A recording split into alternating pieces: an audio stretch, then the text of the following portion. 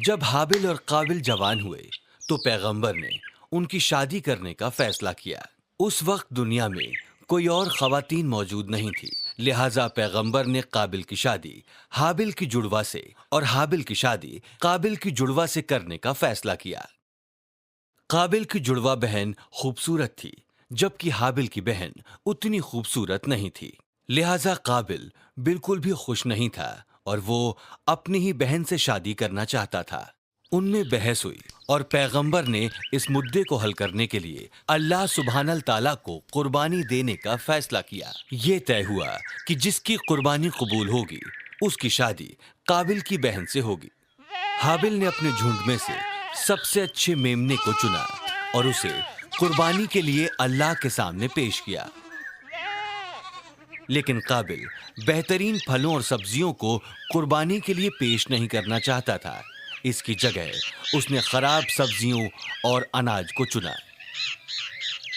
अल्लाह सुब्हानल ताला ने हाबिल की कुर्बानी कबूल की और काबिल की नामंजूर। जब उन्होंने अपनी कुर्बानियां पेश की तब पैगंबर वहां मौजूद थे और ये तय किया गया कि हाबिल की शादी काबिल की बहन से होगी। लेकिन काबिल बिल्कुल भी खुश नहीं था। वो इतना नाराज था कि वो हाबिल को कत्ल करना चाहता था।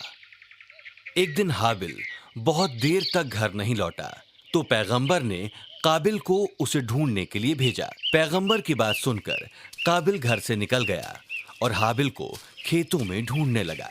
आखिरकार उसे हाबिल घर की तरफ लौटता नजर आया। काबिल अभी भी हाबिल से बहुत नाराज था। तुम्हारी कुर्बानी कबूल हुई और मेरी नहीं। हाबिल ने इसका जवाब दिया, अल्लाह सिर्फ उन्हें कबूल करते हैं जिनके दिलों में उसका खौफ होता है। काबिल ये सुनकर और नाराज हुआ और उसने हाबिल को मारने के लिए एक पत्थर उठा लिया। हाबिल ने ये देखा, हालांकि वो काबिल से कहीं ज्यादा ताकतवर था, लेकिन उसने कहा, अगर तुम मुझे मारने के लिए हाथ उठाते हो तो भी मैं तुम्हें कोई नुकसान नहीं पहुंचाऊंगा, क्योंकि मैं अल्लाह से डरता हूँ।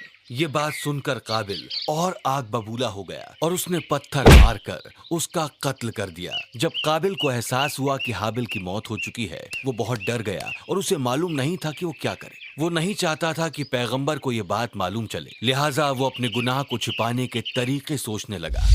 हाबिल की लाश छुपाने के लिए काबिल एक जगह से दूसरी जगह फिर रहा था।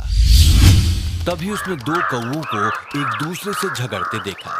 लड़ाई के दौरान एक कौवे ने दूसरे को मार दिया और मरा हुआ कौवा नीचे आ गिरा। जीते हुए कौवे ने जमीन से मिट्टी निकाली, गड्ढा खोदा, उसमें लाश को डाला और उसे मिट्टी के नीचे दफन कर दिया। इस तरह काबिल के हाथ एक तरकीब आ गई। कौवे की ही तरह उसने मिट्टी में एक गड्ढा खोदा और अपने भाई की लाश उसमें डाल दी और इस तरह दुनिया में पहला इंसान दफन हुआ। काबिल ने जो कुछ किया था वो उससे शर्मिंदा था। उसके ऊपर शैतान की जीत हुई और वो जानता था कि वो लंबे वक्त तक अपने घर नहीं जा सकता। पैगंबर जानते थे कि क्या हुआ है और वो अपने बेटे की मौत से गमज़दा थे। उन्होंने अपने दोनों बेटे खो दिए थे। एक की मौत हो गई थी और दूसरे को शैतान ने गुमराह कर दिया था।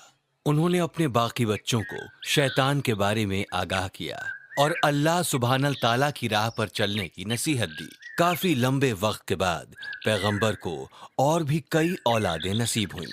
पैगंबर अब बूढ़े हो गए। उनके बच्चे उनसे बहुत मोहब्बत करते थे।